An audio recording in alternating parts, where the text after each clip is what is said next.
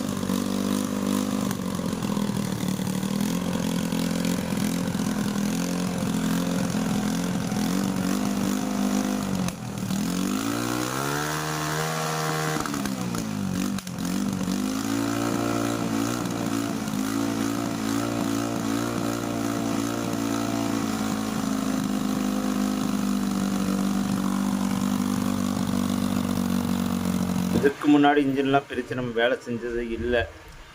சரி, நம்ம வண்டி தானே, என்ன தான் ஆகுதுன்னு பார்க்கலான்னு எல்லாம் கழட்டியெல்லாம் வேலை செஞ்சு லாஸ்ட்டில் டைமிங் செட் பண்ணுற போது அது கொஞ்சம் மாறிடுச்சு. அந்த டீங்கிற இடத்துல பக்கத்தில் மைனஸ் ஒரு கோடு வரும், அந்த இடத்துல வச்சு செட் பண்ணுறதுக்கு நான் செட் பண்ணிட்டேன். ஆனால் அந்த டீக்கு நேர் தான் செட் பண்ணணுமாமா. மறுபடியும் செட் பண்ணதெல்லாம் ஸ்டார்ட் ஆகலை. என்ன கழட்டி நம்ம ஃப்ரெண்டோ வர சொல்லி அது மட்டும் ஒன்று பார்த்து செட் பண்ணி மறுபடியும் வண்டி ஸ்டார்ட் பண்ணிச்சு. வண்டி ஸ்டார்ட் பண்ணி இப்போ வண்டி நீட்டாக ஓடுது இன்ஜினு. இப்போ மறுபடியும் வண்டி சர்வீஸ் பண்ணி எல்லாம் க்ளீன் பண்ணி இன்ஜினை கழட்டி இறக்கிட்டு இப்போ இங்கே அடுத்து வந்து செல்ஃபு ரெடி பண்ணணும்.